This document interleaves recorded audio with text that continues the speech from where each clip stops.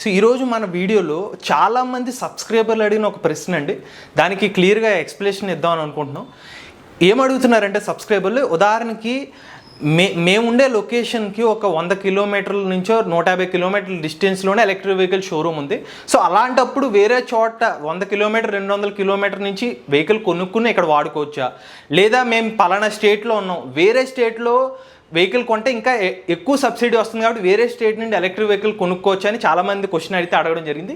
So ఇలా కొనుక్కోవడం వల్ల ఉన్న పాజిటివ్లు ఏంటి, నెగిటివ్లు ఏంటి అనేది ఈ వీడియోలో తెలుసుకుందాం.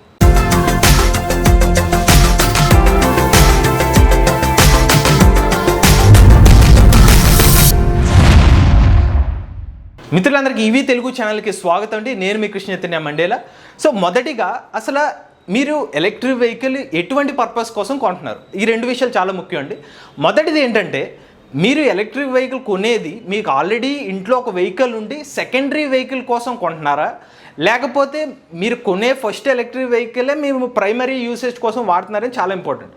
సో నేను మీకు ఇచ్చే సజెషన్ ఏంటంటే, ఉదాహరణకి మీ ఇంట్లో ఆల్రెడీ ఒక వెహికల్ ఉండి మీరు సెకండరీ వెహికల్గా ఎలక్ట్రిక్ వెహికల్ కొందాం అనుకుంటే మాత్రమే వేరే స్టేట్ నుండి అయితే ఎలక్ట్రిక్ వెహికల్ కొనుక్కోండి.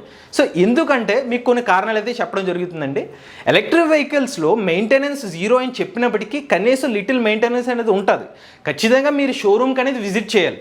అది కాకుండా ఒక 3-4 వేల కిలోమీటర్లు తిరిగిన తర్వాత వాళ్ళు చెకప్ కోసం రమ్మంటారు. సో దానికోసమైనా మీరు ట్రాన్స్పోర్టేషన్ కాస్ట్లైనా మీరు పెట్టుకోవాలి. మీరు తినేదానికైనా కొంచెం మీరు డబ్బులు అనేది స్పెండ్ చేయాల్సి వస్తుంది. ఇది కాకుండా మీకు 3 లైవ్ ఎగ్జాంపుల్స్ అనేవి చెప్తాను. సో మొదటిగా భరత్ రెడ్డి గారు అండి, ఈయన ప్రాణ ఎలక్ట్రిక్ బైక్ వాడారు, మనకు ఆల్రెడీ రివ్యూ కూడా ఇవ్వడం జరిగింది. ఈయన మొన్న నాకు కాల్ చేసి చెప్పిన విషయం ఏంటంటే, 2 నెలలు వాడిన తర్వాత ఈయన బ్యాటరీలో రేంజ్ అనేది తగ్గిపోవడం స్టార్ట్ అయింది. సో దాంతో వాళ్ళు ఏం చేశారు, ఈ ఎస్విఎం మోటార్స్ వాళ్ళకి కాల్ చేసి చెప్పారు, ఏమంటే మా బండిలో ఇలాగ రేంజ్ తగ్గిపోతుంది, ఏం చేయమంటారంటే మేము మా టెక్నీషియన్ మీ దగ్గర పంపుదామని చెప్పారు. కానీ ఇదే టైంలో లాక్డౌన్ రావడంతో వీళ్ళు అక్కడి నుంచి రావడం కుదరలేదు. సో వీళ్ళకి 4 నుండి 5 నెలలు డిలే అయింది. ఒకవేళ మన భరత్ రెడ్డి గారు కనుక ఇదే బైక్ని కోయంబత్తూరు, ఒకవేళ వాళ్ళ ఇల్లు కనుక కోయంబత్తూరులోనో చెన్నైలోనో ఉండుంటే కనుక వాళ్ళ సర్వీస్ ఇమీడియట్గా అయ్యేది. కేవలం ఈయన వేరే చోట నుంచి కొనడం వల్ల సర్వీస్ అనేది డిలే అయింది, వీళ్ళకి కొంచెం ఇబ్బందులు అయితే పడడం జరిగింది. ఇక రెండో ఎగ్జాంపుల్ మీకు ఏథర్ 450X కొన్న ముఖేష్ గారు, ఈయన రివ్యూ కూడా మనం పెట్టడం జరిగింది. ఈయన చెప్పిన విషయం ఏంటంటే, ఈయన కొన్న డిస్టెన్స్కి ఒక 250 కిలోమీటర్ల డిస్టెన్స్లో షోరూమ్ ఉంది. సో ఈయన వెహికల్ కొని ఒక 2 నెలలు వాడిన తర్వాత సస్పెన్షన్ ఏదో ఇష్యూ వచ్చింది కాబట్టి షోరూమ్ వాళ్ళకి కాల్ చేస్తే బండి అక్కడ తీసుకొచ్చేయండి, మేము సర్వీస్ చేసి పంపుతామని చెప్పారు. కానీ ఈయన ఈ 250 కిలోమీటర్లు ట్రాన్స్పోర్ట్ వేయడానికి ఈయనకి రానిపోని ఖర్చులే 3,000 నుండి 4,000 అవుతుందని చెప్పారు. ఇది ఇంకొక ఎగ్జాంపుల్. ఇక 3వ ఎగ్జాంపుల్ రివాల్ట్ RV400. చాలామంది ఆంధ్రాలో ఉన్నవాళ్ళు తెలంగాణలో మాత్రమే RV400, అంటే హైదరాబాద్లో మాత్రమే RV400 అవైలబుల్గా ఉంది కాబట్టి వాళ్ళు వెహికల్ కొనుక్కోవాలని ఇష్టంతో అక్కడి నుంచి తెచ్చుకుంటున్నారు. దీనికి ఎగ్జాంపుల్ కుమార్ గారు, ఈయన మనకి ఓనర్షిప్ రివ్యూ ఇవ్వడం అయితే జరిగింది. ఈయన కూడా ప్రతిసారి ఏదైతే ఈయన పర్టికులర్ కిలోమీటర్స్ అయిన తర్వాత సర్వీస్ కోసం అనేది వీళ్ళు ఖచ్చితంగా ఆంధ్ర నుండి తెలంగాణకి ట్రావెల్ చేయాల్సి వస్తుంది. సో దీనికి మళ్ళీ వీళ్ళ ఎక్స్పెన్సెస్ అనేది పెట్టుకోవాలి. సో ఇవి మనకి లైవ్ ఎగ్జాంపుల్స్. ఎప్పుడైతే మీరు వేరే చోట కొనడం వల్ల మీరు ఎక్స్టర్నల్గా డబ్బులు పెట్టాల్సి వచ్చే విషయాలు ఇవి. ఇక ఈ లోపల మీరు ఏవైతే ఈ ట్రాన్స్పోర్టేషన్ కోసం మీరు వెహికల్కనే డబ్బులు ఖర్చు పెట్టాలి, అది కాకుండా మీరు టైం అనేది స్పెండ్ చేయాలి, ఇది కాకుండా మళ్ళీ మీరు డబ్బులు అనేది ఈ లోపల ట్రావెల్ ఎక్స్పెన్సెస్లో మన తినడానికి వీటి మీద కూడా మీకు అదనంగా డబ్బులు అనేది ఖర్చు అవుతుంది. ఇప్పుడు రెండో స్టేట్మెంట్ చూద్దాం. రెండోది ఏంటంటే, కస్టమర్లు వేరే స్టేట్లో ఎలక్ట్రిక్ వెహికల్ కొనుక్కుని తమ స్టేట్లో వాడుకోవడానికి కారణం ఏంటంటే, అక్కడ అడిషనల్గా స్టేట్ గవర్నమెంట్ అనేది సబ్సిడీలు ఇస్తుంది కాబట్టి. ఉదాహరణకి తెలంగాణలో కానీ ఆంధ్రప్రదేశ్లో కానీ ప్రస్తుతానికి స్టేట్ గవర్నమెంట్ నుండి అదనంగా సబ్సిడీలు లేవు, కేవలం సెంట్రల్ గవర్నమెంట్ సబ్సిడీలు మాత్రమే వస్తున్నాయి. సో ఇప్పుడు ఓలా ఎలక్ట్రిక్ స్కూటర్ని ఎగ్జాంపుల్గా తీసుకుని, ఎందుకంటే చాలామంది కామెంట్లు పెట్టింది ఇదే, నేను ఓలా ఎలక్ట్రిక్ స్కూటర్ని ఢిల్లీ నుండి కొంటాను, లేకపోతే మహారాష్ట్ర నుండి కొంటానని చెప్తున్నారు. ఎందుకంటే మహారాష్ట్రలో ఓలా ఎలక్ట్రిక్ స్కూటర్ ఇంకొక 25,000 తక్కువ పడుతుంది, ఎందుకంటే మహారాష్ట్ర గవర్నమెంట్ ఇంకొక 25,000 రూపాయలు అదనంగా సబ్సిడీ ఇస్తుంది కాబట్టి. ఇప్పుడు ఆ ఎగ్జాంపుల్ తీసుకుంటాం. మహారాష్ట్ర నుండి ఉదాహరణకి మనకి హైదరాబాద్ డిస్టెన్స్ లెక్కేసుకుంటే 700 కిలోమీటర్లు పైగా వస్తుంది.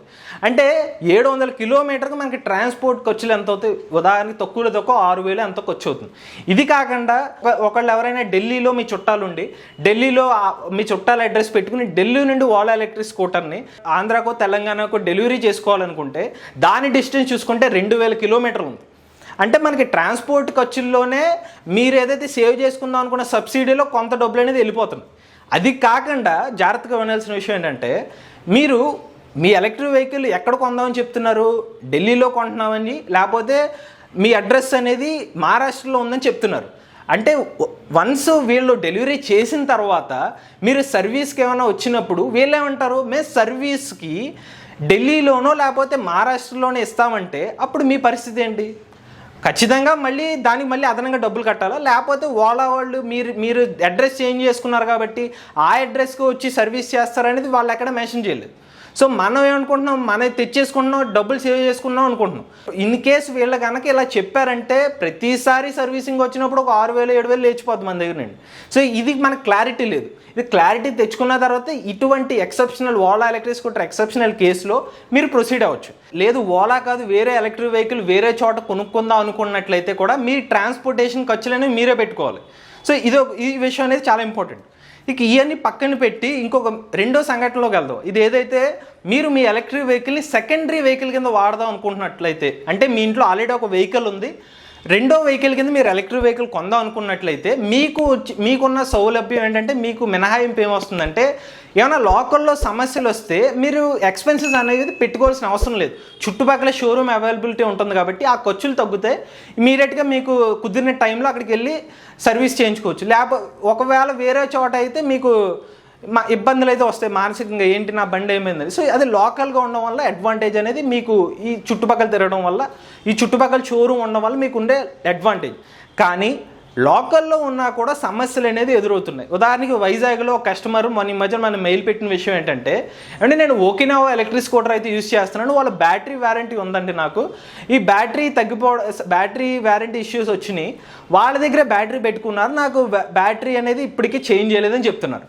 సో దీన్ని బట్టి మీరు లోకల్లో వెహికల్ ఉండి వాళ్ళు సరైన సర్వీస్ ఇవ్వకపోయినా కూడా ఇబ్బంది పడతారు. వేరే రాష్ట్రాలు 100 కిలోమీటర్ 200 కిలోమీటర్ల అవతలైనా లోకల్లో మీకు సర్వీస్ లేకపోయినా షోరూమ్ ఉన్నప్పటికీ కూడా ఇటువంటి సమస్యలు అయితే ఫేస్ చేస్తారు. ఎందుకంటే ఇది గ్రౌండ్ రియాలిటీలో సబ్స్క్రైబర్లు కానీ ఎలక్ట్రిక్ వెహికల్ యూజర్స్ కానీ పడుతున్న ఇబ్బందులు మీకు చెప్తున్నాను.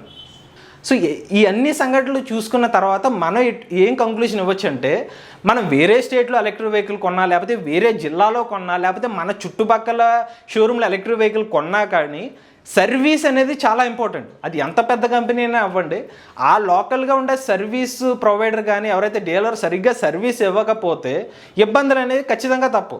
అది కాకుండా మీరు సెకండరీ వెహికల్ కింద పర్పస్లు యూజ్ చేసుకున్నట్లయితే, ఉదాహరణకి వాళ్ళు ఒక 4 రోజుల వరకు ఎటువంటి రెస్పాన్స్ ఇవ్వకపోయినా మీకు ఆల్రెడీ ఒక ప్రైమరీ వెహికల్ ఉంటుంది కాబట్టి దాన్ని యూజ్ చేసుకుని ఈ సమస్యలు లేకుండా అయితే ఉండొచ్చు. కానీ మీరు వన్స్ 2 నెలల్లో ఏదైతే ఎలక్ట్రిక్ వెహికల్ కొని సేవింగ్స్ చేసుకుంటున్నారో, ఉదాహరణకి అది వేరే స్టేట్లో కొన్నప్పుడు ఎటువంటి సమస్య వచ్చిందనుకోండి, ఈ 2 రోజుల్లో మీరు ఏదైతే ట్రావెల్ ఎక్స్పెన్సెస్ పెడతారో ఆ డబ్బులు మీరు సేవ్ చేసుకున్న డబ్బులన్నీ ఆవిరైపోతాయి. సో అది వేరే స్టేట్ల మీద మీరు పెట్టడం వల్ల ఏమైనా సమస్యలు వస్తే మీ సేవింగ్స్ మీద ఎఫెక్ట్ పడే అవకాశం ఉంది. సో ఓవరాల్గా మేము చెప్పే విషయం ఏంటంటే, ఖచ్చితంగా మీరు ఎటువంటి ఎలక్ట్రిక్ వెహికల్ కొన్నా, లోకల్లో కొన్నా, లేకపోతే వేరే చోట కొన్నా కూడా ఖచ్చితంగా వాళ్ళు స్పేర్ పార్ట్స్ మెయింటైన్ చేస్తున్నారా, సర్వీస్ ఇస్తున్నారా అనే దాని గురించి క్లియర్గా అవగాహన తెచ్చుకున్న తర్వాత తీసుకోండి. ఎందుకంటే సమస్యను మనం బేర్ చేయొచ్చు కానీ బాధను అయితే బేర్ చేయలేం. వాళ్ళు మరీ ఇబ్బంది పెట్టేసి ఆ టైప్లోకి వచ్చిన తర్వాత ఎక్కడ కొన్న ఎలక్ట్రిక్ వెహికల్ మన బాధ అనేది మనం ఎవరికి చెప్పుకోలేని పరిస్థితిలోకి వెళ్ళిపోద్ది. సో ఇది ముఖ్యంగా సబ్స్క్రైబర్లు అడిగిన ప్రశ్నకి సమాధానం అండి. ఇటువంటి జెన్యూన్ ఇన్ఫర్మేషన్ కోసం ఈవీ తెలుగు ఛానల్ తప్పకుండా సబ్స్క్రైబ్ చేసుకోండి. అలానే ఫాస్ట్ అప్డేట్స్ కోసం మన వెబ్సైట్ని, ఫేస్బుక్ని ఫాలో అవ్వండి. మీలో కూడా మీ చుట్టుపక్కల ఎలక్ట్రిక్ వెహికల్ న్యూస్ని మాకు షేర్ చేద్దాం అనుకున్నట్లయితే మా టెలిగ్రామ్ గ్రూప్లో అయితే జాయిన్ అవ్వండి. Go green, go electric.